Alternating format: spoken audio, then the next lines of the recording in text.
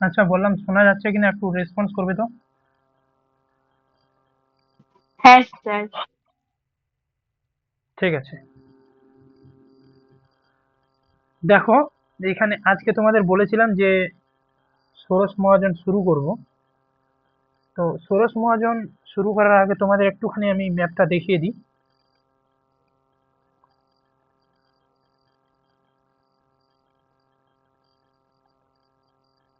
এই যে এখানে দেখো যে 16টা যে আমাদের মহাজন পদ, সেই 16টা এখানে দেওয়া আছে। একটু এই ছবিটা দেখে নিবে ভালো মতো করে, লোকেশনটা আর কি।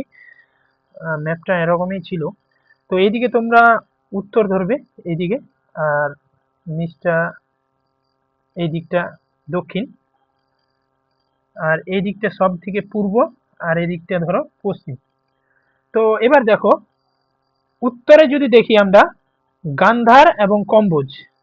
গান্ধার কম্বোজটা কিন্তু বর্তমানে আফগানিস্তানে পড়ে গেছে। আর গান্ধারটা তোমরা জানো, গান্ধার হচ্ছে তক্ষশিলা, গান্ধার এগুলো হচ্ছে পাকিস্তানে পড়ে গেছে। আর সব থেকে পশ্চিমে সেটা হচ্ছে, সরি, দক্ষিণে অসমক। আর সব থেকে সর্বাধিক পূর্বে হচ্ছে অঙ্গ। হুম, এই লোকেশনটা ভালো মতো করে দেখে নিবে।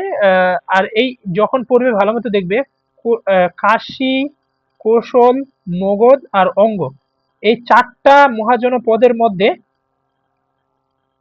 সবসময় দ্বন্দ্ব লেগে থাকতো। আর মল্ল এবং ব্রিজি এই দুটো হচ্ছে জনপদ, মহাজনপদ হচ্ছে কি প্রজাতন্ত্র ছিল, বাকি 14টা হচ্ছে রাজতন্ত্র ছিল। এই লোকেশনটা ভালো মতো করে দেখে নিবে কোনটা কোথায় অবস্থিত। আর এইভাবে প্রশ্ন আছে, উত্তর সর্বাধিক উত্তর পশ্চিমে অবস্থিত মহাজনপদ কোন দুটি, বা উত্তর অবস্থিত, তখন হয়ে যাবে কিন্তু শুধু এই দুটো দিতে হবে, কম্বোজ আর গান্ধার দিতে হবে উত্তর পশ্চিমে। আর দক্ষিণে বলে দিলাম অসমক, এবং পূর্বে অঙ্গ, সব থেকে পূর্বে।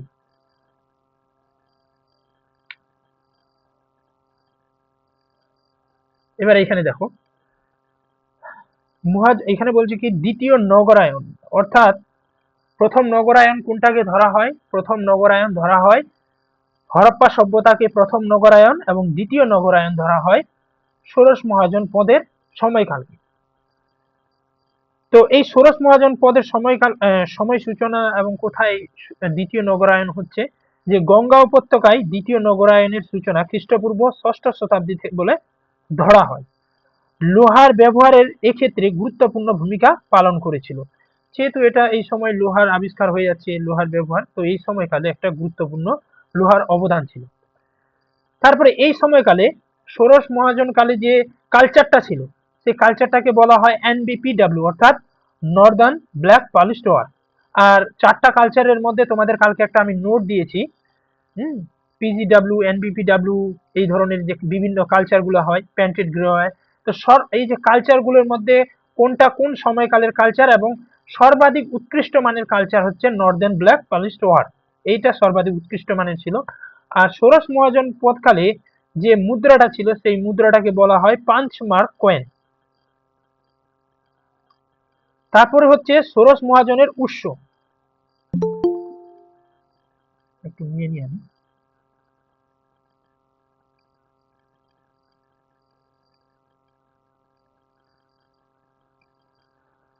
আচ্ছা, ষোড়শ মহাজনের উৎস, অর্থাৎ আমরা এই যে 16টা যে মহাজন পদ আছে, এই 16টা মহাজন পদের সম্পর্কে আমরা কোথা থেকে জানতে পারি, এটাকে উৎস ধরা হয়। তো এবার তোমাদের মনে রাখতে হবে, যদি আমরা ঋগ্বেদিক পিরিয়ড থেকে দেখি, ঋগ্বেদিক পিরিয়ডে কোনো রাজতন্ত্র সেমন ভাবে ছিল না। সেই সময়টাকে রাজতন্ত্র বলা হয়, কিন্তু ওই রকম ভাবে রাজতন্ত্র গড়ে ওঠেনি, স্থায়ীভাবে বসতি স্থাপন করেনি, তারা ভ্রাম্যমান ছিল।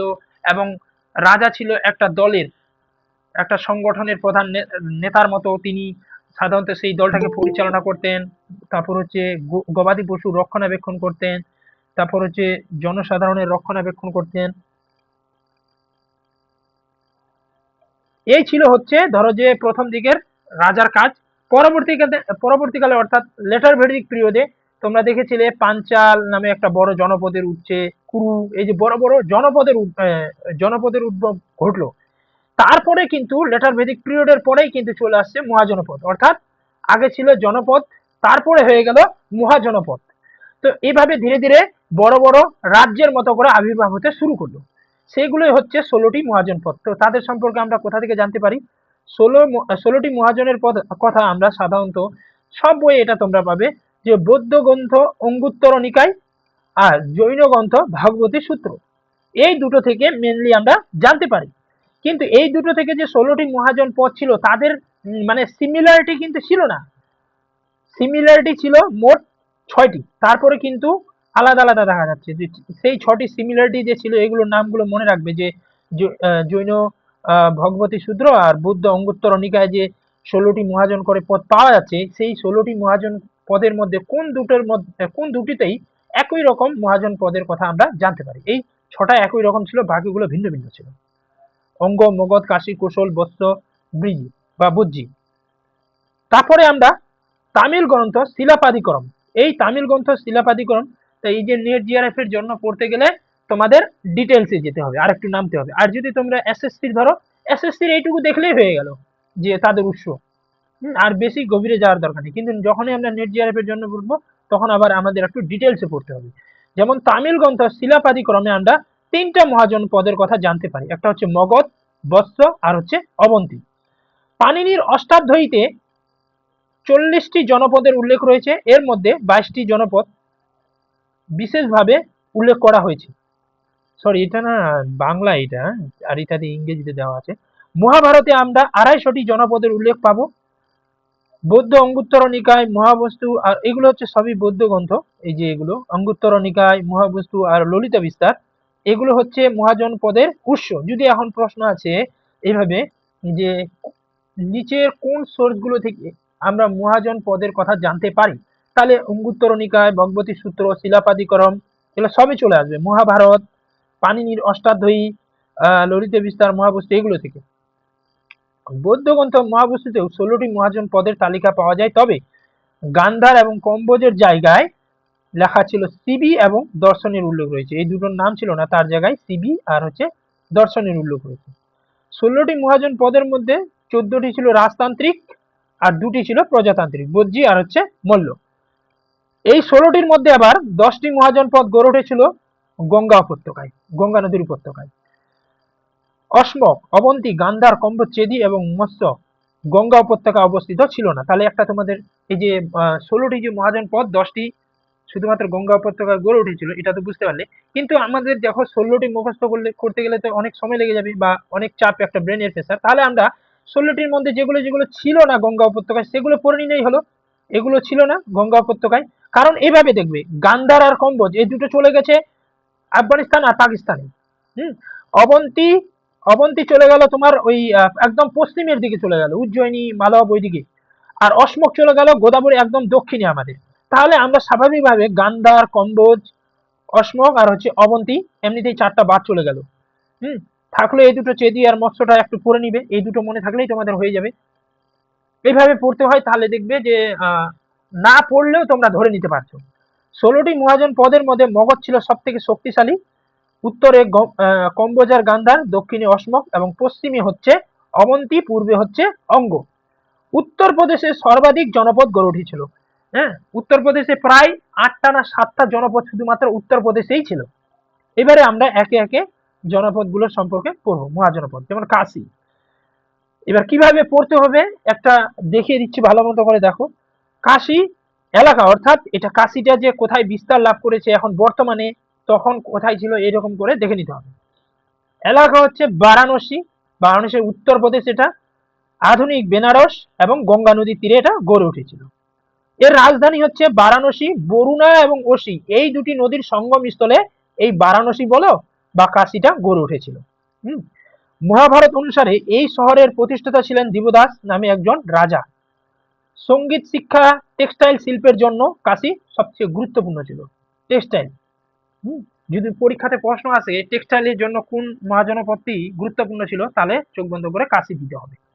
ব্রহ্মদত্ত এখানের একজন শক্তিশালী শাসক ছিলেন। এবার ডিরেক্ট প্রশ্ন আসতে পারে ব্রহ্মদত্ত কোথাকার শাসক ছিলেন, কোন মহাজনপদের? কাশী। অবশেষে অজাতশত্রু কাশীকে মগধের সাথে যুক্ত করেছিল।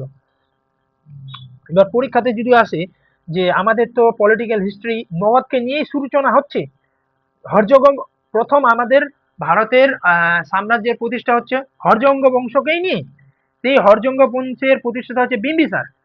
তো এই মগধের সাথে কাশীকে কে সংযুক্ত করেছিল, এরকম ধরনের প্রশ্নগুলো আসে, এই জন্য অজাতশত্রু হচ্ছে কাশীকে মগধের সাথে সংযুক্ত করেছিল। অথর্ববেদে প্রথম কাশীর উল্লেখ আমরা পাই।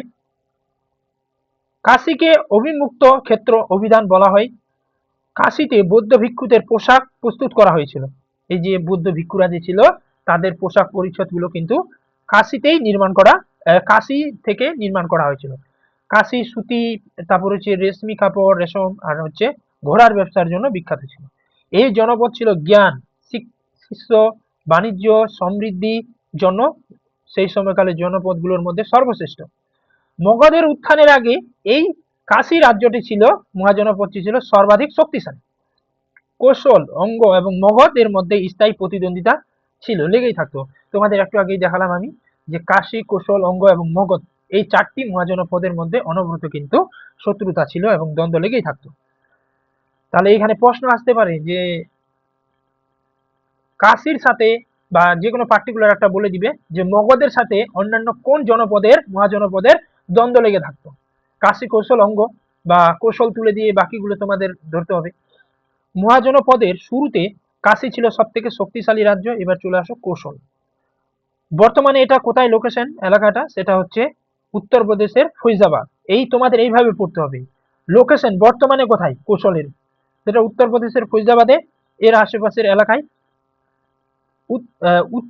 এর আবার দুটি রাজধানী ছিল। উত্তর কৌশলের রাজধানী হচ্ছে শ্রাবস্তী, এটাকে আবার শ্রাবস্তীকে সাইস মাইত বলা হয়। আবার দক্ষিণ কৌশলের রাজধানী হচ্ছে কুশাবতী। কিতাগিরি, শ্বেতাব্য, উক্তা ছিল কৌশলের ছোট শহর। আগে মোটামুটি 2012-10 থেকে যদি মোটামুটি তোমরা 17 পর্যন্ত দেখো, এখান থেকে যে প্রশ্নগুলো আসতো প্রতিবারে প্রশ্ন আসতো দুটো একটা করে এবং খুব ইজি আসতো। হয় রাজাদের নাম, না হলে লোকেশন, না হলে নদীর নাম, রাজধানীর নাম, এগুলো দিয়ে দিত। কিন্তু এখন আবার যেহেতু এই জায়গাটা একটু ছোট আর প্রশ্ন আসলেই মানে করা যায় খুব ইজিলি ভাবে, তো এখন আবার প্রশ্নের ধরনটা অনেকটা পরিবর্তন করে দিয়েছে। এখন অনেক গভীর থেকে প্রশ্ন হয় এই জায়গাগুলো থেকে। যেমন আমার সময়কালে 2022 সালে না 21 সালে একটা প্রশ্ন ছিল, তারপর থেকে আমি এইভাবে নোটগুলো বানাতে শুরু করেছিলাম। আমি পারিনি ওটা, যে ছিল এই ধরো যে ছোট ছোট শহরগুলোর নাম কিতাগিরি, শ্বেতাব্য এবং উক্তা, এগুলো কোন মহাজনপদের সাথে যুক্ত বা কোন মহাজনপদের শহর, এরকম প্রশ্নগুলো আসে। রামায়ণের যুগে কৌশলের রাজধানী ছিল অযোধ্যা। পরে অজাতশত্রু কৌশলকে মগধের সাথে সংযুক্ত করেছিল, কৌশলকেও কিন্তু মগধের সাথে যুক্ত করেছিল অজাতশত্রু। গুরুত্বপূর্ণ শহর এখানে সাকত আর হচ্ছে অযোধ্যা। সদানীরা গন্ডক নদী, গোমতী, সার্পিকা নদী দ্বারা এটা চারদিকে বাউন্ডারির মতো বেষ্টিত ছিল। শ্রাবস্তীকে আধুনিক মাহেতের সাথে চিহ্নিত করা হয়।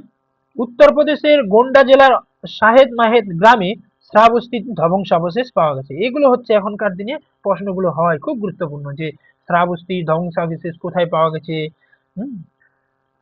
তারপরে এই কুশল রাজ্যটি কোন কোন নদীর সঙ্গমস্থলে অবস্থিত বা কোন কোন নদী দ্বারা পরিবেষ্টিত, সদানীরা, গোমতী, সার্পিকা, এগুলো নদীগুলো হয়। সরজু নদী কৌশল রাজ্যকে দুটি ভাগে বিভক্ত করেছে, এটাও খুব গুরুত্বপূর্ণ, যে কোন নদী কৌশলকে দুটি ভাগে ভাগ করেছে। এই যে দুটো রাজধানী আমরা পাচ্ছি, উত্তরের রাজধানী এবং হচ্ছে দক্ষিণের রাজধানী, বা দুটো ভাগে ভাগ করে দিয়েছে উত্তর দক্ষিণে। উত্তরের রাজধানী শ্রাবস্তী, দক্ষিণের রাজধানী কুশাবতী। এই যে দুটি ভাগে ভাগ করেছে, কোন নদীটা ভাগ করেছে, সেটা হচ্ছে সরজু নদী। এই এই কৌশল রাজ্য থেকে দুটি ভাগে ভাগ করেছে। বুদ্ধ এবং প্রসেনজিতের সাক্ষাতের বর্ণনা আমরা, যেহেতু প্রসেনজিৎ কৌশলের শাসক ছিল, সেই সূত্রে আমি এটা দিয়েছি। ভারত স্তূপে খোদাই করা ছিল। খেমা প্রসেনজিৎকে বৌদ্ধ ধর্মে দীক্ষা দিয়েছিলেন। প্রসেনজিৎ তার কন্যা বজিরাকে মগধের রাজা অজাতশত্রুর সাথে বিয়ে দেন এবং যৌতুক হিসাবে কাশী রাজ্য প্রদান করেছিলেন। খুব গুরুত্বপূর্ণ এগুলো প্রশ্ন, যে কৌশলের রাজা প্রসেনজিৎ তার যে কন্যা ছিল বজিরা, মগধের রাজা অজাতশত্রুর সাথে বিয়ে দিয়েছিল। এদের মধ্যে দ্বন্দ্ব লেগেছিল প্রসেনজিৎ আর অজাতশত্রুর মধ্যে। প্রথম দিকে প্রসেনজিৎ জয়ী হয়েছিল, পরবর্তীকালে অজাতশত্রু জয়ী হয় এবং শেষ পর্যন্ত তাদের মধ্যে বৈবাহিক সম্পর্কে আবদ্ধ হয় এবং তাদের মধ্যে সম্পর্ক স্থাপিত হয়, বা বলতে পারো যে চুক্তি বন্ধনে আবদ্ধ হয়। তারপরে যৌতুক হিসাবে কাশী রাজ্য প্রদান করেছিল অজাতশত্রুকে। প্রসেনজিৎ নিজেকে ইক্ষ্বাকু বংশের অন্তর্গত বলে বর্ণনা দিয়েছিলেন। খুব গুরুত্বপূর্ণ যে প্রসেনজিৎ কোন বংশের ছিলেন। কৌশলের অন্যান্য রাজাদের নাম ছিল, এখানে কৌশলে আরো অন্যান্য যে সমস্ত শাসকরা রাজত্ব করেছিল, হিরণ্যক, মহাকৌশল, শুদ্ধোধন, বিদুধন, এই ইত্যাদি।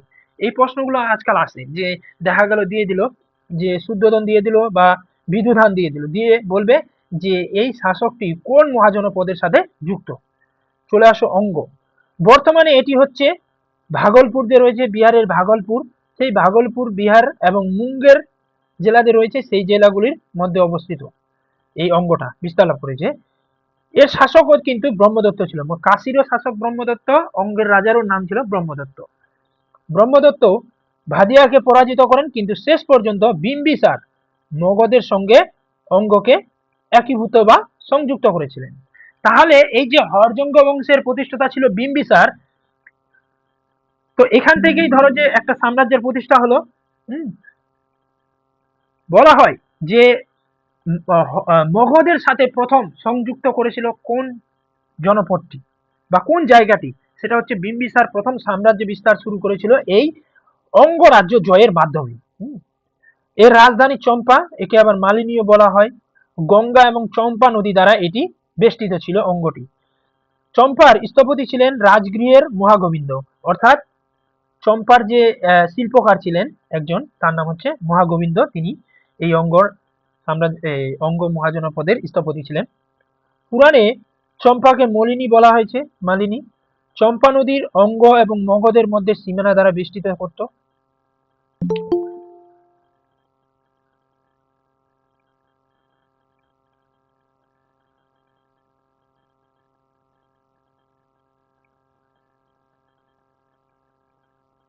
আচ্ছা, এখানে হবে। তারপর বলছে তারপর হচ্ছে আসাপিনো ছিলেন অঙ্গের অন্যান্য প্রধান শহর। চম্পা রাজা দধিবাহন ছিলেন মহাবীরের ভক্ত। দ্বাদশ জৈন তীর্থঙ্কর বাসুপুঞ্জ চম্পায় জন্মগ্রহণ করেছিলেন। চম্পার ব্যবসায়ীরা সুবর্ণভূমি, অর্থাৎ দক্ষিণী জায়গাগুলোকে সুবর্ণভূমি বলা হতো, তার সাথে আর কি যোগাযোগ রাখতো এবং ব্যবসা বাণিজ্য করতো। তারপরে যে গাহাপতি মেন্ডক চম্পার অন্তর্গত ছিল। এখানে একটা গুরুত্বপূর্ণ ইনফরমেশন যে এখানে একটা ট্যাঙ্ক ছিল, জলের ট্যাঙ্ক, সেই ট্যাঙ্কটার নাম হচ্ছে ঘাগরা। পরীক্ষাতে আসে যে কোন মহাজনপদে ঘাগরা নামক বা ট্যাঙ্কের অবস্থান ছিল। এবার চলে আসো মগধ। বর্তমানে এটা পাটনা এবং গোয়া জেলায় অবস্থিত। এই মগধ রাজধানী গিরিব্রজ বা রাজগৃহ, রাজগীর যেটা এখন বলা হয়। গঙ্গা, সোন এবং চম্পা নদী দ্বারা এই মগধটা পরিবেষ্টিত ছিল। অঙ্গ এবং মগধের প্রধান উল্লেখযোগ্য আমরা কোথা থেকে পাই? উল্লেখ পাই আমরা অথর্ববেদ থেকে, আমরা অঙ্গ এবং মগধের কথা জানতে পারি। অথর্ববেদ পঞ্চশীল ব্রাহ্মণে এখানকার বাসিন্দাদের ব্রাত্য বলা হয়েছে। পুরাণ বৃহদত্ত থেকে শুরু করে মগধ রাজাদের তালিকা দেয়। এবার চলে আসো বর্ষ। বর্তমানে এটা কোথায়? এলাহাবাদ এবং বান্দা জেলায়, তার মানে উত্তরপ্রদেশ। গৌতম বুদ্ধের সমসাময়িক বর্ষ রাজা ছিলেন পৌরব বংশের রাজা উদয়ন। বিখ্যাত বৌদ্ধ সন্ন্যাসী পিণ্ডল উদয়নকে বৌদ্ধ ধর্মে দীক্ষা দিয়েছিলেন। বৎসরাজের রাজা উদয়ন এবং অবন্তীর রাজা পদ্মদের মধ্যে কিন্তু একটা প্রতিদ্বন্দ্বিতা ছিল। তো এই একটা তোমাদের এখানে গল্প বলি। তোমরা যদি ইসের বইটা পড়ো, দিলীপ গঙ্গোপাধ্যায়ের এই গল্পটা সুন্দর করে ওখানে দেওয়া রয়েছে। অবন্তীর রাজা প্রদ্যোৎ, তার সাথে উদয়নের একটা শত্রুতা ছিল। তো এই উদয়ন আবার হাতি হাতি শিকার করতে খুব পারদর্শী ছিলেন। বলা হয় যে তিনি নাকি এমন মন্ত্রতন্ত্র জানতো, যিনি হচ্ছে হাতিকে সহজে তার বশে করে নিত।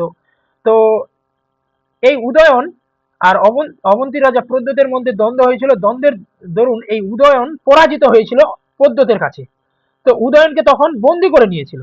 বন্দি করে তখন তার রাজ দরবারে নিয়ে চলে গেছিল ওই প্রদ্যোতের দরবারে। তো প্রদ্যোতের দরবারে যখন নিয়ে যায়, তখন প্রদ্যোত তখন বলেছিল যে তুমি তো হাতি শিকার করতে ভালো জানো, তাহলে আমাদের রাজ দরবারে তুমি যারা আছে এদেরকে হাতি শিকার করতে শেখাও। তো প্রদ্যোতের যে কন্যা মেয়ে ছিল, সেই কন্যা আবার এই ওর নাম ছিল স্বপ্না মনে হয়, বাজবদত্তা আর কি। তো তখন প্রদ্যোৎ তার কন্যাকে বলেছিল যে উদয়নের সাথে ওই হাতি শিকারে পাঠিয়েছিল, আর তার কন্যা আর কি বলেছিল প্রদ্যোৎকে, তার পিতাকে, যে আমি হাতি শিকার করতে চাই। তো উদয়ন তাকে হাতি শিকার করতে শিখিয়েছিল তার কন্যাকে। তো তারপরে তাদের মধ্যে দুজনের একটা আন্তরিকতা তৈরি হয় উদয়নের সাথে পদ্মতের কন্যার। তখন তারা দুজনে লুকিয়ে পালিয়ে যায়। পালিয়ে গিয়ে একটা বড় হাতির, মানে কাঠের যে একটা হাতি ছিল সেই হাতির মধ্যে ঢুকে যায়। টেরাকোটার মতো করে একটা হাতি ছিল কাঠ দিয়ে নির্মাণ, সেখানে ঢুকে যায়। তো ওই হাতিটা যখন বাইরে বের করেছিল তখন ওইখান থেকে তারা পালিয়ে গেছিল। এর উপর বেশ করেই নাটকটা লেখা হয়েছিল বাসের স্বপ্ন বাসবদত্তা। সেটা দেখতে পারো তোমরা ওই নাটকটা। তারপরে বলছে কি দেখো, যে অবন্তী রাজা চন্দ্রপদ্মদের কন্যা এই যে বাসবদত্তা তোমাদের আমি বললাম উদয়নের সাথে বিবাহ বন্ধনে আবদ্ধ হন। এই গল্প অবলম্বন করেই লেখা হয়েছিল ভাসের যে নাটক স্বপ্ন বাসবদত্তা। আর বলা হয় যে এই আমাদের ভারতের মানে আমাদের যে প্রথম নাটক এই স্বপ্ন বাসবদত্তাই ছিল আমাদের প্রথম নাটক। অঙ্গ, মগধ এবং অবন্তীর মধ্যে উদয়নের একটা বৈবাহিক সম্পর্ক ছিল তিনটার মধ্যে, অঙ্গ, মগধ এবং অবন্তীর মধ্যে। উদয়ন হর্ষের হর্ষবর্ধন যে ছিল তার দুটো নাটক ছিল, রত্নাবলী, প্রিয়দর্শিকা, নাগানন্দনই, যে তিনটা ছিল তার মধ্যে দুটা রত্নাবলী এবং প্রিয়দর্শিকা। এই যে হর্ষবর্ধন নাটকগুলো লিখেছিল সেই নাটকের চরিত্রের প্রধান হিরোই ছিল কিন্তু উদয়ন। হুম। আর এই উদয়ন কিন্তু ধরা হয় যে একজন মানে কি বলবো গল্পের নাটকীয় চরিত্র ছিল।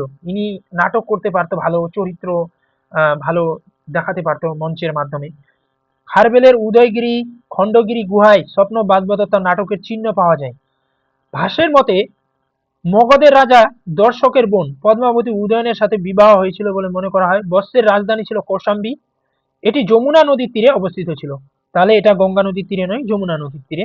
কৌশাম্বীকে বলা হয় কোটিপতি বণিকদের শহর।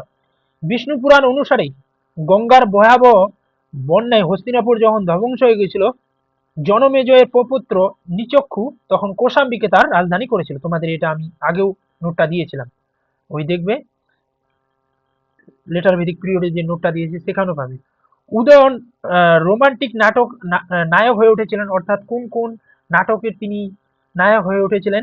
হর্ষের রত্নাবলী এবং প্রিয়দর্শিকা, আর হচ্ছে ভাসের স্বপ্ন বাসবদত্তা। কালিদাসের মেঘদূত থেকেও আমরা উদয়নের কথা জানতে পারবো। বর্ষের উপর অবন্তীর অধিকার করে, অর্থাৎ বৎসরাজ উদয়ন এই অবন্তীকে অধিকার করে নিয়েছিল। উদয়ন খুব ভালো বীণা বাদক ছিলেন, ইনি বীণা বাজাতে পারতেন, যেমন হচ্ছে ওইদিকে ঔরঙ্গজেব বীণা বাজাতে পারতেন, তারপর হচ্ছে হর্ষবর্ধন বীণা বাজাতে পারতেন, তারপর আবার এই আমাদের গোটা ভারতবর্ষের ইতিহাসে দেখলে তিনজনেই এরকম ছিল, যেটা হচ্ছে তারা বীণা বাজাতে পারতো শাসকদের মধ্যে। একজন হচ্ছে উদয়ন, এটা হচ্ছে তোমার ওই হর্ষবর্ধন, আর একটা হচ্ছে ঔরঙ্গজেব। হাতি ধরতেও তিনি জানতেন, এগুলোর পারদর্শী ছিল। এবার হচ্ছে ব্রিজি, যেটাকে বজ্রীয় বলা হয়, তার রাজধানী ছিল বৈশালী, ব্রিজির রাজধানী। ব্রিজির আবিধানিক অর্থ হলো গবাদি পশুর পালনকারী সম্প্রদায়। এরা ৮ বা ৯টি গোষ্ঠীর ইউনিয়ন ছিল, অর্থাৎ এই যে ব্রিজি, ব্রিজি, এদেরকে যে আমরা এমনি নাম বলেছি বজ্রী বা ব্রিজি, কিন্তু এটা হচ্ছে একটা সংগঠন ছিল, মানে দলের মতো ছিল, অনেকগুলো দল নিয়ে এই ব্রিজিটা গড়ে উঠেছিল। এই যে ৮টা বা ৯টা গোষ্ঠী মিলে এই ব্রিজি জনগোষ্ঠী গড়ে উঠেছিল। এই জনগোষ্ঠীগুলির মধ্যে কয়েকটা দিয়েছে, যেমন হচ্ছে ব্রিজি ছাড়াও এর মধ্যে ছিল বৈশালী লিচ্ছবিরা ছিল, মিথিলার বিধেয়রা ছিল, কুণ্ডগ্রামের জয় জ্যোতিরিকা ছিল। এরা হচ্ছে এই ব্রিজিদের সাথে সংযুক্ত ছিল। চেতকের নেতৃত্বে ব্রিজি সংগঠন পরিচালিত হতো, অর্থাৎ ব্রিজি সংগঠন যে ছিল তাদের হেড ছিল হচ্ছে চেতক। চেতক গঙ্গা নদীর মগধ এবং ব্রিজির মধ্যে সীমানা নির্ধারণ করেছিল। এই যে গঙ্গা নদীটা ছিল মগধ আর ব্রিজির মধ্যে সীমানা বাউন্ডারিটা নির্ধারণ করেছিল, অর্থাৎ তাদের মধ্যে একটা বাউন্ডারির মতো বর্ডারের মতো ছিল গঙ্গা নদী। বিদেহ ছিল মিথিলার রাজধানী। খুব গুরুত্বপূর্ণ এটা আসে যে বিদেহদের রাজধানী কোথায় ছিল। জৈন ঐতিহ্য অনুসারে ৯টা লিচ্ছবি, ৯ মল্ল, কাশীর ৯টা গোষ্ঠী এবং কৌশলের ৯টা গোষ্ঠী। ভালো করে বুঝবে, এই যে তোমাদের আমি বললাম যে এরা কয়েকটা গোষ্ঠী ছিল, যেমন হচ্ছে আমি এখানে বলেছি লিচ্ছবিদের মধ্যে ৯টা গোষ্ঠী ছিল, মল্লদের মধ্যে ৯টা গোষ্ঠী ছিল, কাশীদের মধ্যে ৯টা গোষ্ঠী ছিল, কোশলের মধ্যে ৯টা গোষ্ঠী ছিল, মোট ৩৬টা এরকম গোষ্ঠী ছিল। তা এবার ঘটনা হচ্ছে এই যে আমি বললাম এতগুলো গোষ্ঠীর কথা, তার মধ্যে সর্বাধিক শক্তিশালী কিন্তু লিচ্ছবিরা ছিল।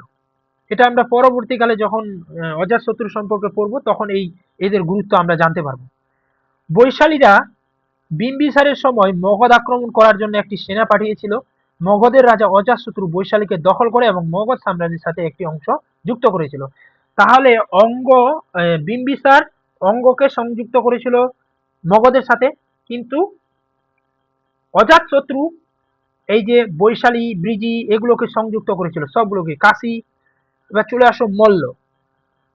পূর্ব উত্তরপ্রদেশের দেউরিয়া জেলায় অবস্থিত এই রাজ্যের দুটি রাজধানী বা শাখা ছিল, একটা হচ্ছে পাভা আর একটা হচ্ছে কুশীনগর বা কুশীনাড়াও বলা হয় এটাকে। মল্ল এবং লিচ্ছবীরা মনু কর্তৃক ব্রাত্য ক্ষত্রিয় হিসেবে উল্লেখ করা হয়েছে। এর দুটি রাজধানী ছিল, একটা হচ্ছে কুশীনগর, একটা হচ্ছে পাভা। মহাত্মা বুদ্ধ কুশীনগরে নির্বাণ লাভ করেছিলেন, অর্থাৎ এখানে তোমরা জানো যে কুশীনগরে মারা গেছিল হচ্ছে তোমার মহাত্মা বুদ্ধ, আর মহাবীর স্বামী হচ্ছে পাভাপুরীতে নির্বাণ লাভ করেছিল।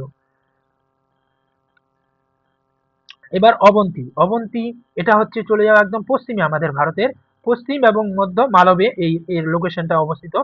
এটি পশ্চিম ভারতের মধ্যপ্রদেশের মালবে অবস্থিত ছিল, তাহলে এটা মধ্যপ্রদেশ চলে যাচ্ছে অবন্তীটা। এর দুটি অংশ ছিল, উত্তরে এর রাজধানী হচ্ছে উজ্জয়িনী এবং দক্ষিণে এর রাজধানী মাহিষ্মতি। আচ্ছা, এই যে দুটি রাজধানী কি বলছে, অবন্তীর দুই রাজধানীর মধ্যে বেত্রাবতী নদী প্রবাহিত ছিল, অর্থাৎ এই যে উজ্জয়িনী এরও তো দুটো রাজধানী, তাহলে এই দুটো রাজধানী সমান কোন নদী মানে এই বাউন্ডারি হিসাবে ছিল বা দুটো ভাগে বিভক্ত করেছিল, সেটা হচ্ছে ভেত্রাবতী নদী। এখন এখন ভালো করে তোমাদের বুঝতে হবে যে দুটো রাজধানী কেন হচ্ছে। এই যে আমি কয়েকটা মহাজনের পদের কথা বললাম যে দুটো করে রাজধানী হচ্ছে, কারণ এই নদীগুলো যে গড়ে উঠেছিল, তাহলে নদীগুলোকে তো ওরা বাদ দিয়ে ভেঙে একদম সংযুক্ত করতে পারে না। শুধু ওখানে হয়তো তোমাদের হয়তো ধরতে পারো যে ব্রিজ নির্মাণ করতে পারে, তাও যদি বড় নদী হয় তাহলে সেই সময় কি করে ব্রিজ নির্মাণ করবে। তো এই কারণে তখন নদীগুলো যখন দুটি ভাগে বিভক্ত করে দিচ্ছে, তখন দুটো রাজধানী গড়ে উঠছে এইভাবে। অবন্তীর সমসাময়িক রাজা ছিল হচ্ছে প্রদ্যোৎ। মহাকাত্যায়নের প্রভাবে প্রদ্যোৎ বৌদ্ধ ধর্ম গ্রহণ করেছিল। প্রদ্যোৎ অসুস্থ হয়ে পড়লে বিম্বিসার তার যে চিকিৎসক ছিল জীবককে সেখানে পাঠিয়েছিল। প্রদ্যোতের পর হলো অবন্তীর শাসক। তাহলে এখান থেকে কি বুঝতে পারলে যে বিম্বিসারের সাথে প্রদ্যোতের একটা বন্ধুত্বপূর্ণ সম্পর্ক ছিল, কিন্তু এই কারণেই তো তিনি জীবককে পাঠিয়েছিল তার চিকিৎসার জন্য। অবন্তীকে আবার কে মগধের সাথে কে যুক্ত করেছিল, অবন্তীকে শিশুনাগ বংশের রাজা শিশুনাগ মগধ সাম্রাজ্যের সাথে যুক্ত করেছিল। বৌদ্ধ ভিক্ষু সোনা দত্ত এবং অভয় কুমার অবন্তীর বাসিন্দা ছিলেন। এরা মগধ ছাড়াও অবন্তীর একমাত্র জনপদ যেখানে লোহার খনি ছিল, অর্থাৎ মগধ আর হচ্ছে অবন্তী এই দুটোতেই লোহার খনি পাওয়া গেছিল। বৎস মগধ এবং কৌশলের সাথে অবন্তীর দ্বন্দ্ব ছিল। উত্তর থেকে দক্ষিণ বাণিজ্য পথ হচ্ছে উজ্জয়নের মাধ্যমে সম্পূর্ণ করা হতো। চেদি, খুব গুরুত্বপূর্ণ এই প্রশ্নগুলো, যে উত্তর থেকে দক্ষিণে যে বাণিজ্য করা হতো কোন পথের মাধ্যমে, সেটা হচ্ছে উজ্জয়িনীর মাধ্যমে। বিভিন্ন জায়গাগুলোর নাম তুলে দিতে পারে। এবার চলে আসে চেদি। চেদি চলে যাচ্ছে বুন্দেলখণ্ডে। হ্যাঁ, মহাভারত যুগের শাসক শিশুপাল ছিলেন চেদির শাসক। চেদির কথা তোমরা শুনতে, চেদির যে শাসক ছিল শিশুপাল, তোমরা শুনে থাকবে মহাভারতে, যিনি 100টি মনে হয় পাপ পাপ করেছিল, 101টি না 100টি মনে হয়। আর ওই কি বলে বাসুদেব কৃষ্ণ হচ্ছে এই শিশুপালকে বধ করেছিল সেই 100টি পাপের জন্য। শিশুপালকে হত্যা করেছিলেন কৃষ্ণ। এর রাজধানী হচ্ছে শক্তিমতী। উপাচার এখানকার শাসক ছিলেন। এবার চলে আসো অসমক। এটা হচ্ছে একদম দক্ষিণে অবস্থিত একমাত্র জনপদ। এটি গোদাবরী নদীর তীরে অবস্থিত ছিল। এর রাজধানী ছিল পোটান বা পোটালি বলা হয়, বোধনও বলা হয়। শুধুমাত্র অসমক মহাজনপদ দক্ষিণ ভারতে অবস্থিত ছিল একমাত্র। বুদ্ধ যুগে অর্থাৎ গৌতম বুদ্ধের কালে অবন্তী এই জনপদকে জয় করেছিল। কৌশলের মতো অসমক ইক্ষ্বাকু রাজবংশের দ্বারা শাসিত হয়েছিল। অর্থাৎ অসমকে যদি আসে যে অসমকে কোন রাজবংশের রাজারা রাজত্ব করত, ইক্ষ্বাকু বংশের রাজারা। এখানে রাজা অরুণ কলিঙ্গ জয় করেছিলেন। উল্লেখ পাওয়া যায়, এর উল্লেখ আমরা পাবো অসমকের কথা পাণিনির অষ্টাধ্যায়ীতে, তারপর মার্কণ্ডেয় পুরাণ, বৃহৎ সংহিতা। এবার চলে আসো কুরু। কুরু হচ্ছে মিরাট, দিল্লি এবং থানেশ্বরের আশেপাশের এলাকাগুলোকে কুরু বলা হয়। এই মহাজনপদ ইন্দ্রপ্রস্থ এবং হস্তিনাপুরের চারপাশে যমুনা নদীর তীরে অবস্থিত ছিল। রাজধানী ছিল ইন্দ্রপ্রস্থ এর রাজধানী এই কুরু। কুরু যাদব, ভোজ এবং পাঞ্চালদের সাথে বৈবাহিক সম্পর্কে আবদ্ধ হয়েছিলেন। যুধিষ্ঠির গোত্রের অন্তর্ভুক্ত ছিল এরা। এই যে যুধিষ্ঠিরের নাম তোমরা শুনে থাকবে যখন মহাভারতে তোমরা এগুলো নাম। কুরু দেশের লোকেরা তাদের বুদ্ধিমত্তা এবং শক্তির জন্য বিখ্যাত ছিল। কৌরব এবং পাণ্ডবরা এই রাজবংশের সাথে যুক্ত ছিল মহাভারতের যুদ্ধের সময়কালে। মহাত্মা বুদ্ধের সময়ে কুরুদের রাজা ছিলেন ধনঞ্জয় কৌরব্য। এবার চলে আসো পাঞ্চাল। পাঞ্চালীর নাম, দ্রৌপদীর নাম শুনে থাকবে, পাঞ্চালের ছিলেন।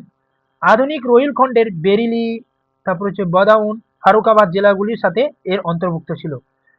এই পাঞ্চালের অন্তর্ভুক্ত ছিল। গঙ্গা নদী এই রাজ্যকে দুটি ভাগে বিভক্ত করেছিল। বিখ্যাত কৌনজ শহর, যেমন কান্যকুজ্জ বলা হয় কৌনজকে, এই রাজ্যে অন্তর্ভুক্ত ছিল। তাহলে কৌনজের নাম বুঝতে পারছো কোথায়? তো এইখানেই যে ওই হর্ষবর্ধন যে পরবর্তীকালে রাজধানী পরিবর্তন করেছিল থানেশ্বর থেকে কৌনজে। কান্যকুজ্জ তাহলে পাঞ্চালের সাথে যুক্ত। কান্যকুজ্জ বা কৌনজ উত্তরপ্রদেশের ফারুকাবাদ জেলায় অবস্থিত। পাঞ্চাল মহাজনপদ দুটি ভাগে বিভক্ত ছিল। প্রথমটি ছিল উত্তর পাঞ্চাল, যার রাজধানী ছিল অহিচ্ছত্র, বর্তমানে বেরিলি, এবং দক্ষিণ পাঞ্চাল, যার রাজধানী ছিল কাম্পিল্য, বর্তমানে ফারুকাবাদ। এই রাজ্যের এই রাজ্যের বর্ণনা আমরা মহাভারত থেকে জানতে পারবো। দ্রৌপদী পাঞ্চালী, ওই যে মহাভারতের দ্রৌপদী এই রাজ্যের কন্যা ছিলেন, তাই তাকে পাঞ্চালী বলা হতো। রাজা ছিলেন চুনালী ব্রহ্মদত্ত। এবার চলে আসো মৎস্য। মৎস্য হচ্ছে জয়পুর, আলুয়ার এবং ভরতপুর এলাকাগুলো এই মৎস্যের সাথে যুক্ত ছিল। এর রাজধানী ছিল বিরাটনগর। অবশেষে মৎস্য মগধের সাথে মিলে যায় বা সংযুক্ত হয়। মৎস্যের আমরা উল্লেখ পাবো ঋগ্বেদে। এবার যে সুরাসেন হয়ে গেছে সুরসেনাতে। মথুরা চারপাশের এলাকা, যদু বংশরা এখানে রাজত্ব করত মথুরাতে। রাজধানী যমুনা নদীর তীরে কাছে মথুরা এর রাজধানী ছিল। অবন্তিপুত্র সুরসেনের রাজা বুদ্ধের শিষ্য ছিল। এখানে রাজা ছিলেন কৃষ্ণ। এই যে কৃষ্ণ যে ছিল, বলরাম তার দাদা ছিল, সুরসেনের অন্তর্ভুক্ত ছিল মহাভারত কালে। গ্রিক লেখকরা মথুরাকে সুরসেন মহাজনপদের রাজধানী বলে থাকে। এবার গান্ধার, পাকিস্তানের পেশোয়ার এবং রাওয়ালপিন্ডিতে অবস্থিত এই গান্ধার। রামায়ণ অনুসারে এর রাজধানী হচ্ছে তক্ষশিলা। পুষ্কলাবতী ছিল দ্বিতীয় প্রধান শহর। গান্ধারের রাজা পুষ্কারসেন অবন্তীর রাজা প্রদ্যোতকে পরাজিত করেছিলেন। পুষ্করসেনের সাথে মগধের রাজা বিম্বিসারের দরবারে একটি বার্তা পাঠিয়েছিলেন। এই বিম্বিসারের সাথে গান্ধারের রাজা পুষ্করসেন আর হচ্ছে অবন্তীর রাজা প্রদ্যোতের, এদের সাথে কিন্তু তার একটা বন্ধুত্বপূর্ণ সম্পর্ক ছিল। রাজা ছিলেন পুষ্পসতী বা পুষ্করসেন। বেহিস্তান শিলালিপি নির্দেশ করে যে গান্ধার পারস্যদের দ্বারা জয় করা হয়েছিল। খুব গুরুত্বপূর্ণ যে বেহিস্তান শিলালিপি থেকে কোন মহাজনপদের কথা আমরা জানতে পারি, সেটা হচ্ছে গান্ধারের কথা আমরা জানতে পারি। এবং এখানে বলা হয়েছে পারস্যরা নাকি এই গান্ধারটাকে জয় করেছিল। এবার চলে আসো কম্বোজ। কম্বোজ দক্ষিণ পশ্চিম কাশ্মীর এবং কাপিসার আশেপাশের এলাকা এর অন্তর্ভুক্ত ছিল। কৌটিল্য কম্বোজদের বার্তা শাস্ত্র উপজীবী সংঘ বলে অভিহিত করেছেন, অর্থাৎ যারা বার্তা কৃষি, পশুপালন, বাণিজ্য এবং অস্ত্রের মাধ্যমে জীবিকা নির্বাহ করত। কম্বোজ তার চমৎকার ঘোড়ার জন্য বিখ্যাত ছিল। খুব গুরুত্বপূর্ণ যে যদি পরীক্ষাতে আসে ঘোড়ার জন্য বিখ্যাত কোনটি ছিল, তখন তোমাদের কম্বোজ করতে হবে। কিন্তু এটি এখন বর্তমানে কিন্তু আফগানিস্তানে চলে গেছে। এবার চলে আসো প্রজাতন্ত্র। বুদ্ধের সময়ে 10টি প্রজাতন্ত্র ছিল, তাদের মধ্যে 8টি ব্রিজির অধীনে, 2টি মল্লদের অধীনে। তারপর হচ্ছে রেস ডেভিড 1903 খ্রিস্টাব্দে প্রথম প্রজাতন্ত্র আবিষ্কার হয়েছিল, এই যে মল্ল ব্রিজি। বৌদ্ধ সাহিত্যে আমরা কতগুলি প্রজাতন্ত্রের কথা জানতে পারি। যেমন এইদিকে এইগুলো হচ্ছে রাজ্যের নাম, এদিকে হচ্ছে তাদের বংশগুলোর নাম। যেমন হচ্ছে কপিলাবস্তুর সাতকড়া, ভাগ্যা হচ্ছে সুমসুমার পর্বত, কৌলীয় রামগ্রামের কৌলীয় বুলি, আলাকাপ্পা, কালাম কেশাপুত্রের। এই প্রশ্নগুলো কিন্তু পরীক্ষাতে আসে, যে কোনো এরকম করে 4টা তুলে দিল। এই মানে এক ধাঁচের প্রশ্নগুলো হয়, এই 4টা তুলে দিয়ে একদিকে দেখা গেল রাজ্যগুলোর নাম দিয়ে দিল, জায়গাগুলোর নাম, এদিকে বংশগুলোর নাম দিয়ে দিল, এলোমেলো ভাবে তোমাদের সাজাতে হবে তখন। এইভাবে এখানের প্রশ্নগুলো আসে। মল্ল, পাবার, মল্লরা এখানে কুশিনরা, মল্লদের দুটো জায়গা ছিল, কুশিনগর এবং পাবা। মৌর্য রাজে ছিল, পিপলিবাণীর ছিল, লিচ্ছবিরা বৈশালীর ছিল, বিদেহ হচ্ছে মিথিলার ছিল। এবার কেপি জয়সওয়াল তার হিন্দু পলিটি গ্রন্থে এই সময়কালকে জাতীয় রাজ্যের সময়কাল বলে অভিহিত করেছিলেন। হিন্দু পলিটি তার গ্রন্থ। ব্রিজি বা বজ্জি সংঘের বিচার ব্যবস্থা সম্পর্কে তথ্য বুদ্ধ ঘোষের ভাষ্য সুমঙ্গল বিলাসিনী থেকে আমরা জানতে পারি। বিচারককে বলা হতো সূত্রধর। কুশিনগর এর মল্লরা একবার আদেশ জারি করেছিলেন যে যারা বুদ্ধকে স্বাগত জানাবে তাদের 500 করসাপন জরিমানা দিতে হবে। করসাবন হচ্ছে এই মুদ্রা ছিল, এটা রৌপ্য মুদ্রা। এবার দেখো, অজাতশত্রুর বিরুদ্ধে লড়াই করার জন্য এই যে তোমাদের আমি একটু আগে বললাম যে যারা সংগঠন মানে ব্রিজি মল্ল, এদের যে আমরা নামগুলা পড়ছি, এরা হচ্ছে একটা গোষ্ঠী। প্রতিটা গোষ্ঠীতে 9টা করে অন্তর্ভুক্ত ছিল, মোট হচ্ছে 36টা। কি বলছে দেখো এখানে, যে এরা সবাই মিলে একজোট হয়ে মগধের রাজা হরজঙ্গ বংশের শাসক অজাতশত্রুর বিরুদ্ধে যুদ্ধ ঘোষণা করেছিল। বৈশালী লিচ্ছবিদের নেতৃত্বে, বৈশালী লিচ্ছবিদের মানে প্রধান নেতা হিসেবে বৈশালী লিচ্ছবিরা ছিল। 36টি রাজ্য ছিল। 36টির মধ্যে এখানে কি বলেছে দেখো, কিভাবে 36টা হলো। 9টি লিচ্ছবি আর 9টি মল্ল, কাশী কাশীর 9টি, কোশলের 9টি, মোট হচ্ছে 36টি। এই ইউনিয়ন বা বলতে পারো সংগঠন, এরা একজোট হয়ে অজাতশত্রুর বিরুদ্ধে যুদ্ধ করেছিল। আমার সময়কালে যখন আমি ফার্স্ট না দ্বিতীয়বারে যখন আমি বসেছিলাম, তখন এই প্রশ্নটা এসেছিল যে এইভাবে উল্লেখ করা দেওয়া ছিল যে কাশী আর কোশল মিলে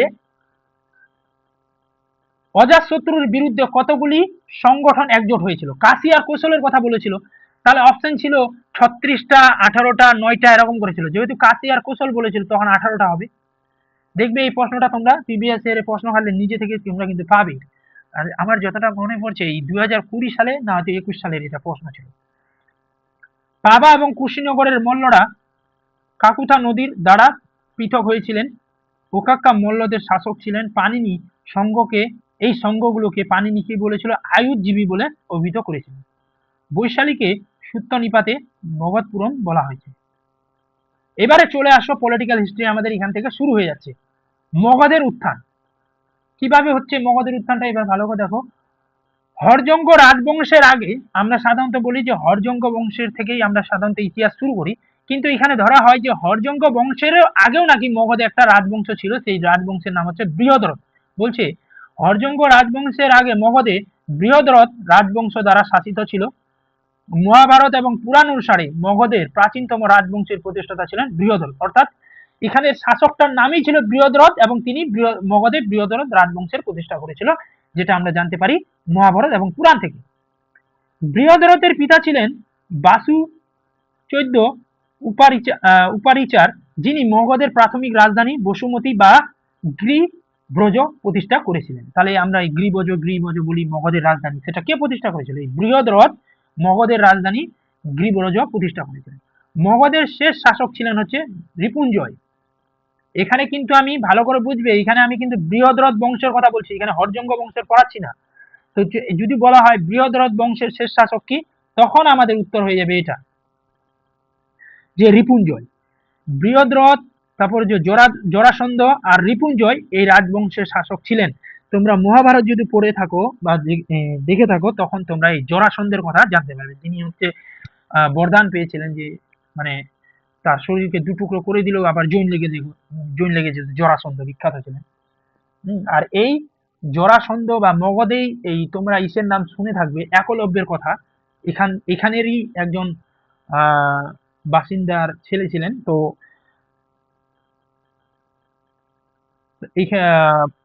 পাণ্ডবদের যে গুরু ছিল দ্রোণাচার্য, তিনি ওই তার উঙ্গলিটা কেটে দিয়েছিল, আঙ্গুলটা। কারণ হচ্ছে তার মনে ভয় ছিল একটা, যে যদি এই কোনোদিন যদি পাণ্ডবদের বিরুদ্ধে তিনি যুদ্ধ ঘোষণা করে এত শক্তিশালী হয়ে উঠে, এবং এইখানের মগধের শাসক জরাসন্ধ যে ছিল একজন মানে খারাপ শাসক ছিল, তো এটা একটা কারণ ছিল তার উঙ্গলি কাটিয়ে নেওয়ার। জরাসন্ধ গ্রীব্রজকে তার রাজধানী করেছিল।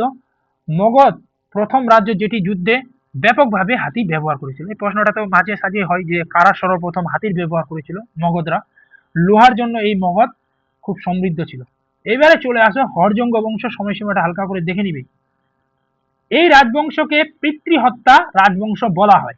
হরজঙ্গ বংশকে পিতৃহত্যা রাজবংশ বলা হয়, কারণ একে একে এরা নিজের পিতাকে হত্যা করেছে এবং সিংহাসনে বসেছে। বিম্বিসারের সময়সীমাটা এখানে দিয়েছি। এই রাজবংশের প্রথম পরিচিত শাসক ছিলেন ভট্টির পুত্র বিম্বিসার। হরজঙ্গ বংশের প্রতিষ্ঠাতা বিম্বিসারকে ধরা হয়। দীপবংশে বিম্বিসারের পিতার নাম ছিল বোধিস হিসাবে পাওয়া যায়, যিনি রাজগৃহের শাসক ছিলেন এবং রাজগৃহকে তার রাজধানী বানিয়েছিলেন। মৎস্য পুরাণে তার নাম দেওয়া হয়েছে ক্ষেত্ররাজ। অশ্বঘোষের বুদ্ধচরিতে বিম্বিসার হরজঙ্গ বংশের অন্তর্ভুক্ত ছিল বলে উল্লেখ করা হয়েছে। বিম্বিসারকে মগধ সাম্রাজ্যের প্রকৃত প্রতিষ্ঠাতা হিসেবে বিবেচনা করা হয়। বিম্বিসার অঙ্গের শাসক ব্রহ্মদত্তকে পরাজিত করেন এবং অঙ্গ জয় করেন। তার পুত্র অজাতশত্রুকে সেখানে শাসক করেছিলেন। তাহলে বিম্বিসার প্রথম অঙ্গ জয় করেছিল এবং প্রথম সাম্রাজ্য বিস্তার করেছিল অঙ্গের শাসক ব্রহ্মদত্তকে পরাজিত করার মাধ্যমে, এবং তার যে পুত্র ছিল অজাতশত্রু, তখন অজাতশত্রু এই অঙ্গের শাসক করেছিল বিম্বিসার। অঙ্গের জয় ছিল মগধ সাম্রাজ্যের প্রথম একটা ধাপ। হেমচন্দ্র রায়চৌধুরী অর্থাৎ এস.সি. রায়চৌধুরীর মতে বিম্বিসার অঙ্গ জয়ের মধ্য দিয়ে মগধের জয় ও সম্প্রসারণের নীতি শুরু করেছিল। অর্থাৎ হেমচন্দ্র রায়চৌধুরী বলছেন যে বিম্বিসার অঙ্গ জয়ের মাধ্যমে মগধের জয় শুরু করেছিল এবং সাম্রাজ্য বিস্তার শুরু করেছিল, যা অশোকের কলিঙ্গ জয়ের মাধ্যমে এর সমাপ্তি ঘটেছিল। কারণ কলিঙ্গ জয়ের পর আর তো সাম্রাজ্য বিস্তার হয়নি। ওই কারণে এবারে প্রশ্ন এসেছিল যে কতগুলো ধরো যে রাজ্য ওই মৌর্য সাম্রাজ্যের সাথে অন্তর্ভুক্ত ছিল। মোট হচ্ছে 5টি ছিল, 4টা হচ্ছে চন্দ্রগুপ্ত মৌর্য দ্বারা আর একটা অশোক দ্বারা কলিঙ্গ। আচ্ছা, তারপরে বলছে তিনি অবন্তী রাজা পদ্মত, গান্ধারের রাজা পুষ্কাশরীনের মধ্যে একটি সমঝোতা করেন এবং তাদের মধ্যে বন্ধুত্বপূর্ণ সম্পর্ক ছিল। তোমাদের আমি একটু আগেই বললাম যখন মহাজন পদগুলো পড়ালাম যে অবন্তীর রাজা পদ্মত আর হচ্ছে গান্ধারের রাজা পুষ্কাশরীনের সাথে বিম্বিসারের কিন্তু একটা বন্ধুত্বপূর্ণ সম্পর্ক ছিল। বিম্বিসার তার রাজকীয় চিকিৎসক জীবককে পদ্মতের দরবারে চিকিৎসার জন্য পাঠিয়েছিল। দীর্ঘ নিকায় থেকে জানা যায় বিম্বিসার চম্পার সমস্ত আয় বিখ্যাত ব্রাহ্মণ সৌনন্দনকে দান করেছিলেন। বিম্বিসার এবার কাদের কাদের সাথে বৈবাহিক সম্পর্ক স্থাপন করেছিল দেখো। ইনি সাম্রাজ্য বিস্তারের ক্ষেত্রে আবার বৈবাহিক সম্পর্ককেও বেছে নিয়েছিলেন এবং তিনি মনে করেছিলেন শত্রুতা না করে সবার সাথে মিলেমিশে থাকাটাই ভালো হবে। এই কারণে তিনি একে একে বৈবাহিক সম্পর্ক আবদ্ধ হয়েছিলেন। বিম্বিসার বৈবাহিক সম্পর্কের মাধ্যমে তার অবস্থানকে শক্তিশালী করেছিলেন। তার প্রধান স্ত্রী ছিল ওই যে প্রসেনজিৎ যে ছিল, প্রসেনজিতের কন্যা, কি বলছে সরি কন্যা নয়, বোন ছিল মনে হয়। তার প্রথম স্ত্রী অর্থাৎ বিম্বিসারের প্রথম স্ত্রী ছিল কোশলা দেবী, ছিলেন কোশল রাজের প্রসেনজিতের বোন ছিল, যার থেকে তিনি যৌতুক হিসাবে কাশি লাভ করেছিলেন এবং রাজস্ব এখানে বলছে বার্ষিক 1 লাখ হতো এখান থেকে পেতেন।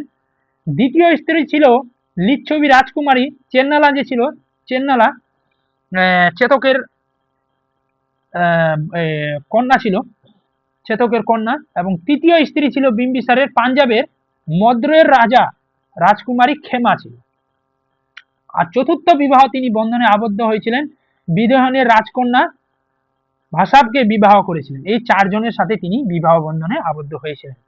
বৌদ্ধ গ্রন্থ মহাবজ্ঞ অনুসারে বিম্বিসারের নাকি 500 জন স্ত্রী ছিল। মত্স্য পুরাণ অনুসারে বিম্বিসারকে ক্ষেত্রজ এবং জৈন সাহিত্যে শ্রেণিক বা শ্রেণী বলা হয়। এবার এই যে আমরা শ্রেণিক বলি বিম্বিসারকে, যে শ্রেণিক কার উপাধি ছিল বিম্বিসারের, কারণ কেন বলতো যে যেহেতু এখান থেকে ধরো যে একটা সাম্রাজ্যের প্রতিষ্ঠা হচ্ছে, সর্বপ্রথম এই বিম্বিসারের স্থায়ী সেনাবাহিনী নিয়োগ করেছিল বলে সেখান থেকে তার টাইটেল বা সারনেম হয়ে উঠছে শ্রেণিক। তার উপাধি ছিল শ্রেণিক। এটি ইঙ্গিত করে যে তিনি প্রাথমিকভাবে একজন সেনাপতি ছিলেন, সম্ভবত বজ্জীদের মধ্যে ছিল। এই যে প্রথমে সেনাপতি ছিলেন বলে তাকে শ্রেণিক উপাধি দেওয়া হয় এবং তিনি বজ্জীদের সেনাপতি ছিল বলে ধরা হয়। গান্ধারের রাজা পুষ্কারিন বিম্বিসারের বন্ধু ছিলেন, তিনি বিম্বিসারের দরবারে বার্তা পাঠিয়েছিলেন।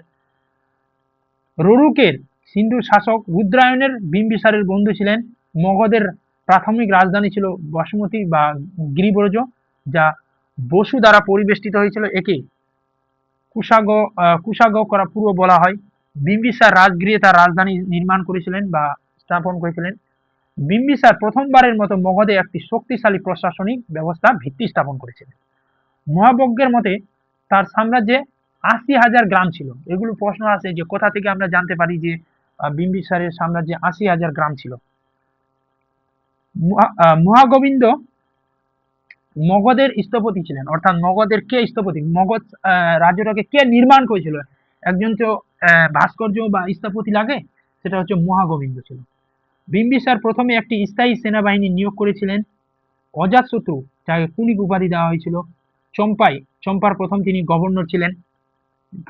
তার পিতা যখন রাজা বা শাসক ছিলেন তখন অজাতশত্রু কোথাকার গভর্নর ছিলেন, সেটা হচ্ছে চম্পা। তিনি সমস্ত দেশের জমির রক্ষক, রাজাদের সিংহ, এই বিম্বিসারকে দ্য লায়ন অফ কিং বলা হয় বলে অভিহিত করা হয়। তিনি এগুলো উপাধি নিয়েছিলেন, শ্রেণিক উপাধি নিয়েছিলেন, সমস্ত দেশের জমি রক্ষক বলা হয়, তারপর তাকে আবার লায়ন অফ কিংস বলা হয়। এবার তিনি কোন কোন জায়গাগুলো তার অধীনে ছিল? মগধ, অঙ্গ এবং কাশী, এগুলো তার অধীনে ছিল। সূত্রনিপাত অনুসারে জ্ঞান লাভের প্রায় 7 বছর আগে বিম্বিসার প্রথম গৌতমের সাথে দেখা করেছিলেন, অর্থাৎ গৌতম বুদ্ধের সাথে দেখা করেছিলেন। এবার চলে আসো অজাতশত্রু। দেবদত্তের প্ররোচনায় পিতা বিম্বিসারকে হত্যা করে অজাতশত্রু মগধের সিংহাসনে লাভ করেছিলেন। তোমাদের আমি বলেছিলাম যে এই দেবদত্ত গৌতম বুদ্ধের চাচাতো ভাই। তো এই দেবদত্ত কিন্তু গৌতম বুদ্ধকে হত্যা করার চেষ্টা করেছিল। এই দেবদত্তের প্ররোচনায় বিম্বিসার এই অজাতশত্রু বিম্বিসারকে হত্যা করে এবং নিজের সিংহাসনে লাভ করেছিলেন। কারাগারে বন্দী থাকাকালীন চেল্লানা তার স্বামীর সেবা করেছিলেন। এই বিম্বিসারের কথা দেখলে না তখন আমার শাহজাহানের কথা মনে পড়ে যায়।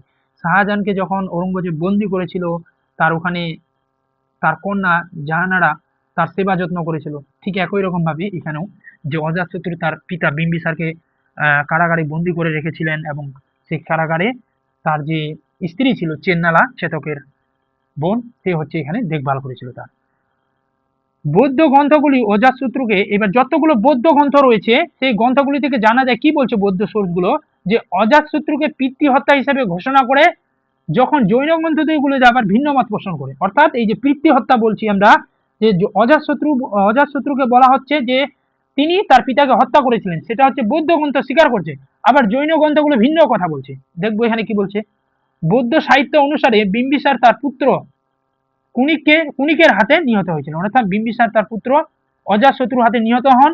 অজাতশত্রু বুদ্ধের কাছ থেকে তার অপরাধ স্বীকার করেছিলেন নিজে গিয়ে, এটা বৌদ্ধ গ্রন্থগুলোতে বলা হচ্ছে।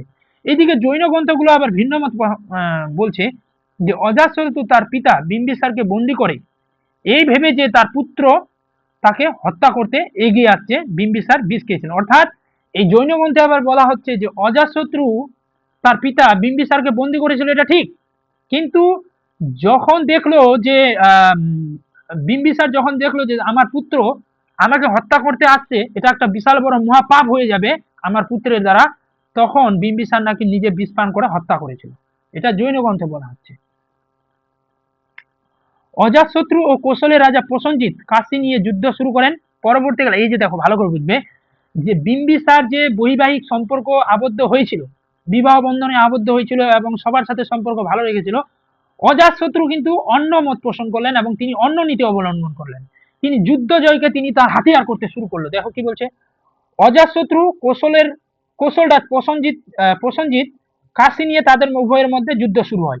পরে প্রসেনজিৎ তার মেয়ে তখন বজিরাগে অজাতশত্রুর হাতে বিয়ে দিয়েছিল এবং যৌতুক হিসাবে কাশীকে প্রদান করেছিল। বৌদ্ধ শাস্ত্রে অজাতশত্রুকে বৈদেহ পুত্র বলা হয়, অশোক চাঁদও বলা হয়েছে। কুনিক অজাতশত্রুর উপাধি ছিল। আপাপতি সূত্রে অজাতশত্রুকে দেবানন্দ প্রিয়ও বলা হয়েছে। অজাতশত্রু বজ্রীসঙ্গ, কোশল এবং কাশীকে মগধ সাম্রাজ্যের সাথে যুক্ত করেছিল। এগুলো সব এই যে বিজি, মল্ল, কোশল, কাশী, এগুলোকে সবাইকে পরাজিত করে এগুলোকে অজাতশত্রু জয় করে মগধের সাথে সংযুক্ত করেছিল। সুমঙ্গল বিলাসিনীতে বিজয়সঙ্গ এবং অজাতশত্রুর মধ্যে বিরোধের কারণ ছিল গঙ্গা নদী। এই যে বলা হচ্ছে এই সংঘগুলো যে ছিল এদের সাথে অজাতশত্রুর কেন দ্বন্দ্ব লেগেছিল, যুদ্ধ কেন লেগেছিল, এর মূল কারণ বলা হচ্ছে সুমঙ্গল বিলাসিনীতে যে বৃজিসঙ্গ এবং অজাতশত্রুর মধ্যে বিরোধের কারণ ছিল গঙ্গা নদীর উপর তীরে অবস্থিত হীরার খনি, একটা কারণ ছিল যে সেই হীরার খনি ছিল, সেখানে তাদের অধিকারকে কেন্দ্র নিয়ে দ্বন্দ্ব লেগেছিল। বৌদ্ধ ঐতিহ্য অনুসারে কি বলা হচ্ছে, সংঘাতের মূল সূত্রপাত হয়েছিল লিচ্ছবিরা, যারা অজাতশত্রুর সাথে একটি রত্ন খনির বিষয়বস্তু সমানভাবে ভাগ করার প্রতিশ্রুতি ভঙ্গ করেছিলেন। এই যে এখানে যে হীরার খনিটা আছে, বৌদ্ধ গ্রন্থতে বলা হচ্ছে লিচ্ছবি এবং অজাতশত্রুর মধ্যে তাদের একটা চুক্তি হয়েছিল সেই হীরার খনিকে নিয়ে, যে আমরা সমান ভাগে ভাগ করে নেব, কিন্তু লিচ্ছবিরা সেই মানে তাদের মধ্যে যে সমান ভাগে ভাগ করে নেওয়ার ব্যাপার, সেটাকে লঙ্ঘন করে অধিক পরিমাণে দখল করে নিয়েছিল বলে উভয়ের মধ্যে একটা দ্বন্দ্ব লেগে গেছিল। জৈন গ্রন্থ অনুসারে বিম্বিসার, এবার জৈন গ্রন্থগুলো আবার ভিন্ন কথা বলছে যে কেন দ্বন্দ্ব লেগেছিল, এগুলো কিন্তু খুবই গুরুত্বপূর্ণ, বুঝে বুঝে পড়বে। জৈন গ্রন্থ বলতে যে বিম্বিসার তার হাতি, সৈনক এবং 18টি শিকলের একটি মূল্যবান নেকলেস তার দুই পুত্র হল্ল এবং বেহল্লকে দিয়েছিলেন। তার দুই ভাই লিচ্ছবি রাজকুমারীর পুত্র ছিলেন। এবার বিম্বিসার যখন মারা গেল, বিম্বিসারের দুইজন পুত্র ছিল, একজন হচ্ছে হল্ল আর হচ্ছে বেহল্ল। এই দুইজন বিম্বিসারের প্রিয় হাতি সৈনক এবং একটা দামি রত্ন খচিত নেকলেস, সেই নেকলেসটা নিয়ে হল্ল বেহল্ল তার নানার কাছে চলে গেছিল, দাদুর কাছে। তার দাদু কে হবে, তাহলে চেতক হবে, তো চেতকের দরবারে চলে গেছিল। তো তখন অজাতশত্রু তখন বলল যে চেতককে বলল যে হল্ল এবং বেহল্ল যে গেছে, আমাকে আমার প্রিয় হাতি ফিরিয়ে দিতে বলো এবং মূল্যবান নেকলেসটা ফিরিয়ে দিতে বলো। হল্ল এবং বেহল্ল তাদের মাতামহ অর্থাৎ ওই যে নানা বা যেটা বলতে পারো যে ওই দাদু চেতকের কাছে বৈশালীতে গিয়েছিলেন, চেতকের কাছে তার নানার কাছে চলে গেল। যখন অজাতশত্রু তার রাজা হন, তিনি তার রানী পদ্মাবতীর প্ররোচনায় এগুলো ফেরত চেয়েছিলেন। অর্থাৎ অজাতশত্রুর যে রানী ছিল পদ্মাবতী, তিনি বলল যে আমাকে ওই প্রিয় হাতি এবং আমার নেকলেসটা লাগবে ওই দুটো। তো তখন অজাতশত্রু এগুলো চেয়েছিল, কিন্তু তারা না করে, এই কারণে বৈশালীর সঙ্গে অজাতশত্রু দ্বন্দ্ব লেগে গেছিল। যে তখন চেতক কোথাকার ছিল, বৈশালীর ছিল, যখন তিনি এগুলো দিতে চাইল না, তো তাদের বিরুদ্ধে যুদ্ধ ঘোষণা করে দিয়েছিল অজাতশত্রু। অজাতশত্রুর মন্ত্রী বর্ষাকর এবার যখন যুদ্ধটা লাগবে, তার আগে কিন্তু অজাতশত্রু অনেকগুলো প্ল্যানিং করেছিল। কি কি প্ল্যানিং দেখো। অজাতশত্রুর মন্ত্রী বর্ষাকর বৈশালীর লিচ্ছবিদের সাথে একটা ফাটল সৃষ্টি করেছিলেন।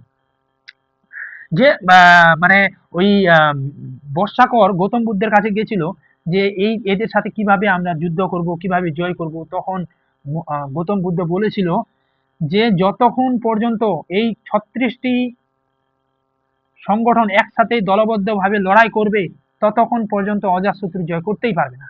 এই কারণে অজাতশত্রুর মন্ত্রী বর্ষাকর একটা ভেদ নীতি খাটিয়েছিল, অর্থাৎ তাদের মধ্যেই ফাটল ধরিয়ে দেওয়ার চেষ্টা করেছিল। বর্ষাকর এই ব্যাপারে বুদ্ধের কাছে পরামর্শ করেছিলেন যে কিভাবে তাদের মধ্যে ফাটল ধরানো যাবে। অজাতশত্রুর আরেকজন মন্ত্রী ছিল সুনীত। অজাতশত্রু বদ্রী সংঘকে জয় করার জন্য এবার অজাতশত্রু কি নিয়েছিল, একটা ভেদ নীতি নিয়েছিল, অর্থাৎ তাদের মধ্যে ফাটল ধরিয়েছিল, এটা একটা হাতিয়ার। দ্বিতীয় হাতিয়ার হচ্ছে রথমুসল এবং মহাশিলা কণ্টক নামক অস্ত্র ব্যবহার করেছিল। রথমুসল হচ্ছে, তোমরা বাহুবলী মুভি যদি দেখে থাকো তখন পাবে, দূর থেকে কিভাবে রথগুলোর মাধ্যমে বড় বড় পাথরগুলো ছুড়া হয়, সেটা হচ্ছে মহাশিলা কণ্ঠক। শিলাগুলোকে ছুড়ে দেওয়া হয়। আর রথমুসল কোনটা, রথমুসল হচ্ছে রথের সামনে যে তেরোয়াল গুলো বেঁধে দেওয়া হয়, ইসেতে দেখেছিলে তোমরা ওই বাহুবলী মুভিতে, হয়তো যদি দেখে থাকো ওখানে পাবে যে কিভাবে কাটে মানুষগুলোকে। ওই দুটো অস্ত্র তিনি প্রথম ব্যবহার করেছিল। এগুলো পরীক্ষাতে আসে যে কে সর্বপ্রথম যুদ্ধক্ষেত্রে রথমুসল এবং মহাশিলা কণ্ঠক ব্যবহার করেছিল। অজাতশত্রু আরেকটা তিনি হাতিয়ার করলো, সেটা হচ্ছে পাটলি গ্রামকে, এখানে পাটলিপুত্র নয় কিন্তু, পাটলি গ্রামকে দুর্গ নির্মাণের নির্দেশ দেন এবং পাটলি গ্রামকে যুদ্ধের জন্য বেছে নিয়েছিল। কেন পাটলি গ্রামকে যুদ্ধের জন্য বেছে নিয়েছিল, এই কারণে সেই পাটলি গ্রামের চারদিকে দুর্গ দ্বারা বেষ্টিত ছিল। এগুলো ছিল অজাতশত্রুর প্ল্যানিং, যুদ্ধের আগে আগে এগুলোকে হাতিয়ার করেছিল। অজাতশত্রু তখন কি করলো, দীর্ঘ 16 বছর ধরে সংগ্রামের পরে জয়লাভ করতে সক্ষম হয়েছিল। এই যুদ্ধটি মোট 36টি রাষ্ট্রীয় ইউনিট অর্থাৎ প্রজাতন্ত্রের বিরুদ্ধে সংগঠিত হয়েছিল। জৈন গ্রন্থ অনুসারে বিম্বিসারকে হল্ল এবং বেহল্ল এবং হাতি সৈনক এবং 18টি মুক্তোর মালা দিতে হয়েছিল, হ্যাঁ, যা অজাতশত্রু তার কাছ থেকে চেয়েছিলেন। জৈন ঐতিহ্য অনুসারে 9 লিচ্ছবীরা, 9 মল্ল, কাশীর 9 আর হচ্ছে কৌশলের 9 গোষ্ঠী অধিপতি নিয়ে এই জোট গঠন হয়েছিল। এরা সবাই মিলে একজোট হয়ে 36টি জোট গঠন করে অজাতশত্রুর বিরুদ্ধে যুদ্ধ করেছিল, কিন্তু সবাই তারা পরাজিত হয়ে গেছিল। অজাতশত্রু অবন্তীর চন্দ্রপদ্যোতকে পরাজিত করেছিলেন। অজাতশত্রু ভগবান বুদ্ধের পূজা করেন। অজাতশত্রু, আমি এই ব্রিজদের মূলোৎপাটন করে ধ্বংস করব। অজাতশত্রু লিচ্ছবীদের কাছ থেকে নিজের রক্ষা করার জন্য রাজগীরকে সুরক্ষিত করেছিল। আর পরীক্ষাতে আজকে যে রাজগৃহে কে সুরক্ষার জন্য দুর্গ নির্মাণ করেছিল, অজাতশত্রু কিন্তু। অজাতশত্রু প্রথম পাটলিপুত্রের গুরুত্বকে স্বীকার করেছিল এবং পাটলিপুত্রের দুর্গও কিন্তু তিনি নির্মাণ করেছিল। পরীক্ষাতে যদি আসে পাটলিপুত্র নগরের পত্তন কে করেছিল, সেটা হয়ে যাবে আবার উদয়ন। কিন্তু যদি বলা হয় পাটলিপুত্রের দুর্গকে নির্মাণ করেছিল, তখন হয়ে যাবে আবার অজাতশত্রু। কিন্তু উদয়ন ছিলেন পাটলিপুত্র নগরের বা শহরের প্রতিষ্ঠাতা, এটিকে রাজধানী করেছিলেন উদয়ন, আর দুর্গ নির্মাণ করেছিল পাটলিপুত্রের অজাতশত্রু।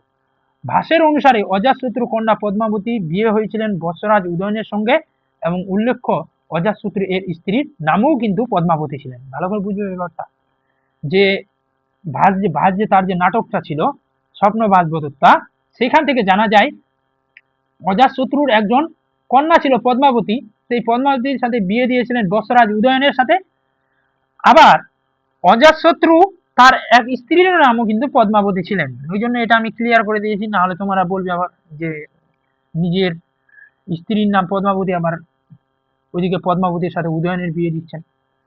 অজাতশত্রু তার পুত্র উদয়নের হাতে নিহত হয়েছিলেন, এই জন্যই তো পিতৃহত্যা বলা হয় না। অজাতশত্রু রাজত্বকালে সেই যুগে তিনজন মহান ধর্মীয় গুরু মহাত্মা বুদ্ধ, মহাবীর স্বামী আর মঙ্গলীপুত্র গোসলের মারা গেছিল বা নির্বাণ লাভ করেছিল।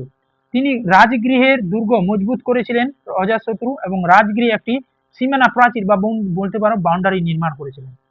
গঙ্গা এবং এখানে গঙ্গা এবং সোন হবে, সোন, হ্যাঁ, গঙ্গা এবং সোন নদীর সঙ্গম স্থলে পাটলি গ্রাম নামে একটি দুর্গ নির্মাণ করেছিলেন।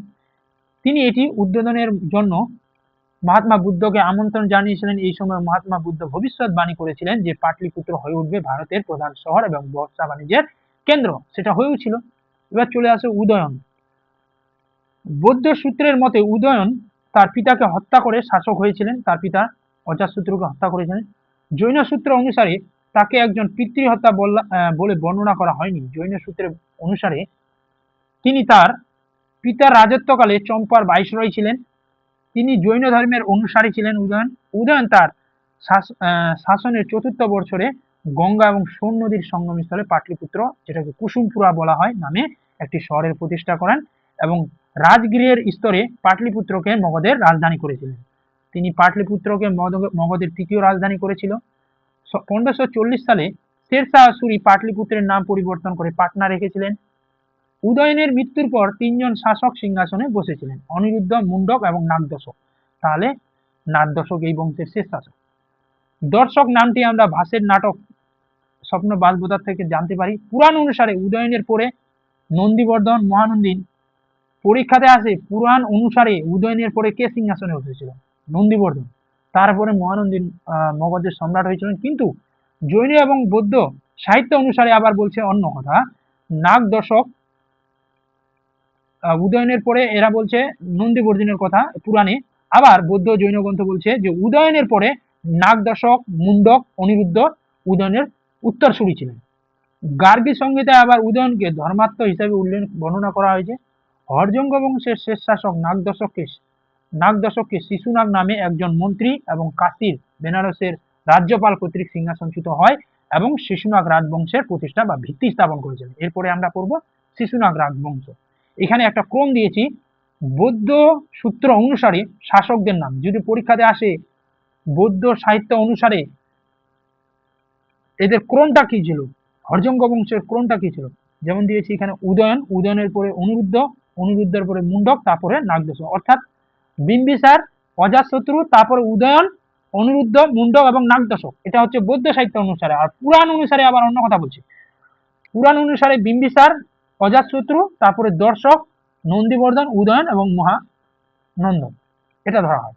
তো যদি পুরাণ অনুসারে উল্লেখ করে দেওয়া থাকে যে ক্রমটা বলো, বৌদ্ধ সাহিত্য অনুসারে এটা, পুরাণ অনুসারে এটা, কিন্তু স্বাভাবিকভাবে এখন কিন্তু আমাদের এমনি যদি নর্মালি আসে যে হরজঙ্গ বংশের শেষ শাসক কে ছিল, তখন আমরা নাগদশককেই ধরি সাধারণত। আর এটা তোমাদের একটা ষোড়শ মহাজনের ম্যাপটা দিয়েছি, দেখে নিবে। কয়জন আছো ক্লাসে? সবাই তো লেট করে নিয়েছে, আমি জানি, অনেকেই আছে।